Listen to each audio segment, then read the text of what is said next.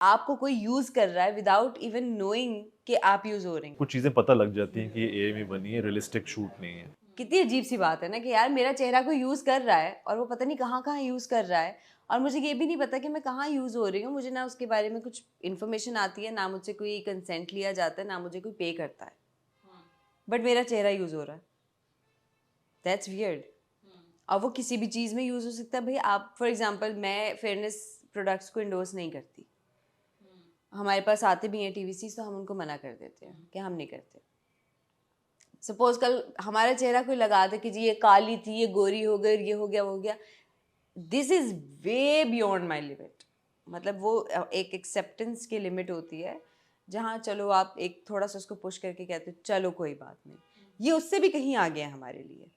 अगर कल को ये कोई करना शुरू कर देता है तो व्हाट डू यू थिंक हमारे दिमाग पे क्या असर पड़ेगा? हम तो पागल हो जाएँगे कि ये क्या हुआ है? कैमरा को इन्वॉल्व बिल्कुल होना चाहिए।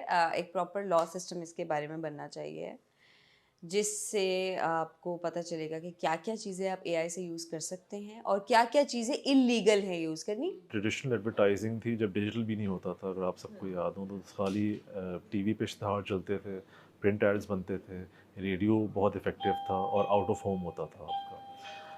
डिजिटल के आने से आपके पास एक्सेस आ गई, स्क्रीन साइज़ छोटा हो गया, अटेंशन स्पैन छोटा हो गया आपका।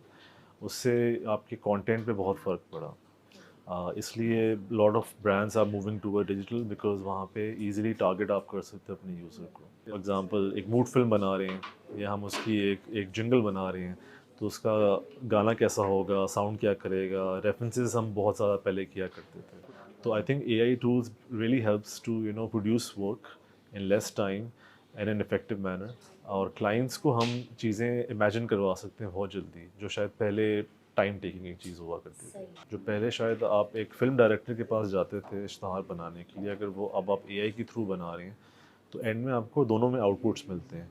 सो एंड में आप ही के पास कंट्रोल है। दैट इज़ द थिंग देखिए, ऑफ कोर्स आपका बहुत बड़ा स्किल्ड तबका है जो इफ़ेक्टेड है इससे। आपके राइटर्स, आपके प्रोड्यूसर्स, आपके फ़िल्म डायरेक्टर्स, आपके म्यूजिशियंस, जो क्राफ्ट ओन करते हैं, all of them have been affected. But अगर आप थोड़ी देर के लिए ये समझें कि आपने वही लोग अगर इसको फर्दर यूज़ करके अपने क्राफ्ट को बेहतर कर लें, वो कर सकते हैं।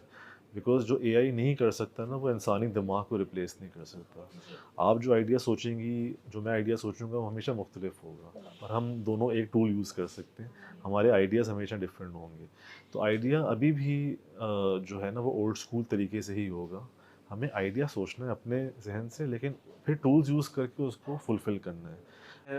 एज एन इन्फ्लुएंसर ब्लॉगिंग या कंटेंट क्रिएशन या तो पीआर के हवाले से काम कर रहा था ब्रांड के साथ, तो मुझे लगता है कि मेरे लिए हेल्पफुल भी है, लेकिन समहाउ इसमें ट्रस्ट एलिमेंट या थोड़ा सा इसका जो प्रॉम्प्ट है या इसका जो रिलायबिलिटी है, वो थोड़ी सी मुझे लगता है थोड़ी सी कम है because of certain reason.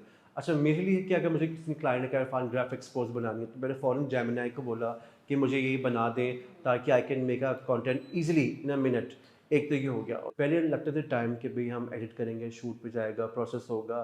Same it goes with models के हवाले से, जो अब ई कॉमर्स जितने शूट हैं वो सारे एआई से हो रहे हैं, क्योंकि क्लाइंट्स को चाहिए कि वो किसी का जो फेस कटा होता है या किसी की हाफ बॉडी दिखा रहे होते हैं, तो एआई से आप फ़ौरन चेंज कर सकते हैं, आप उसका ड्रेस चेंज कर सकते हैं, आप उसकी स्टाइलिंग चेंज कर सकते हैं, आपकी कॉस्ट बढ़ जाती है in terms of makeup, production, lights, आपका सेट जो है वो पूरा आपको पूरा बनाया बनाया दे देता है। तो ये क्लाइंट की जो है डिमांड भी कम हो जाती है और फेस एक वन डायरेक्ट जो है सोल्यूशन आपको मिल जाता है कि भाई आप इसके थ्रू आप कर सकते हैं।